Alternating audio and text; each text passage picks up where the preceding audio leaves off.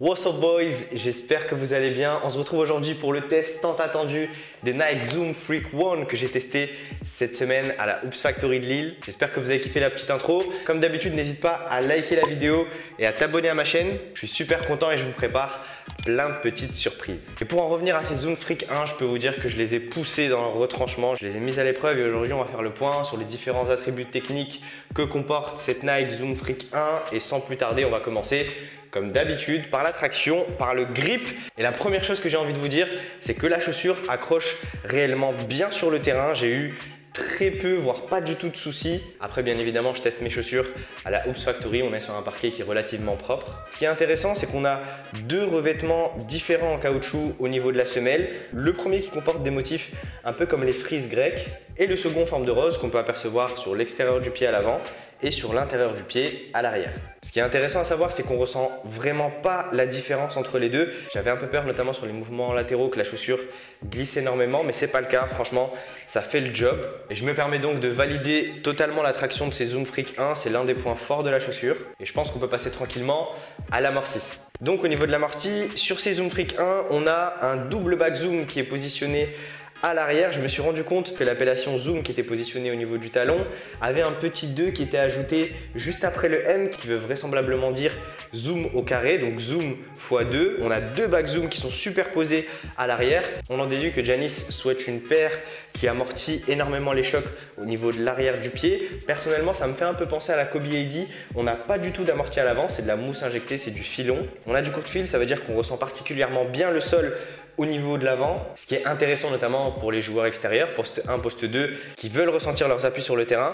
En revanche, à l'arrière, c'est beaucoup plus massif, peut-être un peu trop. En tout cas, pour les joueurs qui ont des douleurs intempestives au talon, sachez que cette chaussure va extrêmement bien amortir les chocs à l'arrière. Autant ça ne me dérange pas plus que ça d'avoir un amorti renforcé, autant à l'avant ça manque un peu de retour d'énergie, ça manque un peu de bounce. Donc à mon sens, j'aurais plutôt préconisé de mettre un back zoom à l'avant, un back zoom à l'arrière pour pouvoir profiter du retour d'énergie maximum, surtout sur les départs en dribble, sur les premiers pas, sur les retombées. Selon moi, c'est quand même important d'avoir un amorti à l'avant, comme on peut le voir notamment sur la gamme Paul George, sur la gamme Kyrie aussi, où on a généralement un amorti qui est positionné à l'avant. C'est pas rédhibitoire, mais je trouve que ça manque un tout petit peu de dynamisme à l'avant. On va enchaîner sur le confort de ces Zoom Freak 1 qui est assez excellent, j'ai envie de vous dire. Je trouve que c'est un peu dans la tendance.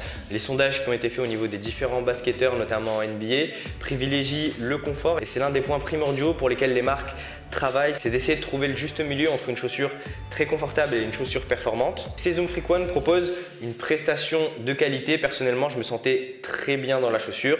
On a une languette, il me semble que c'est du néoprène qui va bien contenir le pied. C'est assez confortable. On a des petits coussinets à l'intérieur.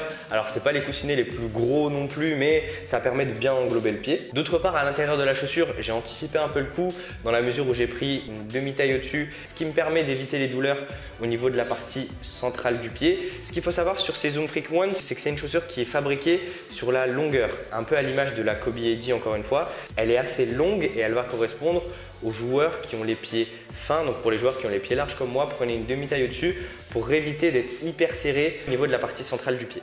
Au-delà de ça, je trouve que la chaussure est assez confortable. Je ne la positionnerai pas malheureusement dans mon top 5 des chaussures les plus confortables cette année. En revanche, elle se sentir quand même assez bien. On va se parler maintenant du maintien du support que proposent ces Zoom Freak One sur les parquets. Et pour tout vous dire, j'ai un avis qui est un tout petit peu mitigé. Je m'explique. À l'arrière, le maintien est excellent de par ce que je vous ai expliqué dans ma vidéo d'unboxing. On a le swoosh du Nike qui remonte assez haut avec une plateforme qui est positionnée en dessous et qui va venir verrouiller le pied sur la partie extérieure. À l'intérieur, on a le support en plastique qui va remonter et qui va verrouiller le talon. Donc j'ai eu aucun souci à ce niveau-là. En revanche, sur la partie avant du pied, je trouve qu'on a un peu trop de liberté. Je trouve que la chaussure est assez light, voire trop light. Ce qui fait que j'ai trouvé la chaussure quand même un tout petit peu fragile au niveau de l'embout, c'est-à-dire qu'elle peut se plier assez facilement et au niveau des torsions, ça peut aller assez vite. Au niveau de la taille et de la largeur de la semelle extérieure, j'ai l'impression qu'ils ont réutilisé un peu la même semelle que sur les Kyrie. Je constate des réelles similitudes, que ce soit au niveau de la taille globale de la semelle, à l'avant et à l'arrière, mais aussi sur les bords un peu incurvés. sur le côté et la semelle qui se prolonge un petit peu. Donc pas de souci à ce niveau-là, pas de danger. Et enfin, on a l'arrivée d'un système de serrage un peu différent. C'est pas un scratch, c'est 2 cordons qui sont positionnés de part et d'autre de la chaussure. Ils sont censés contenir la partie centrale du pied via les 2 premiers passants de chaque côté. Et quand on serre ces lacets, on ressent le fait que ça maintient assez bien le pied. Mais encore une fois, au niveau du bout de pied, je trouve ça quand même assez soft. On va se parler de la durabilité et ces Zoom Freak One sont dans la moyenne, dans la mesure où la semelle extérieure propose des motifs assez rugueux, assez solides, donc ça devrait tenir pour les playgrounds. C'est pas une top paire niveau durabilité pour jouer dehors, mais ça fait le job et au prix auquel elles sont proposées, ça fera l'affaire. En revanche, sur la partie supérieure et sur le revêtement utilisé sur ces Zoom Freak One, j'ai mis quelques réserves dans la mesure où ça paraît solide, mais je pense que ça peut quand même s'arracher assez facilement. On a un revêtement supérieur qui n'est pas des plus premium, donc si jamais ça gratte sur le sol, ça peut s'arracher quand même assez facilement et il fallait que je vous en parle. On va se parler de la pointure et comme d'habitude, prenez une demi-taille au-dessus par rapport à vos sneakers que vous portez en ville, surtout si vous portez des chaussettes de basket. Donc moi je les ai pris en 43, généralement je chausse du 42,5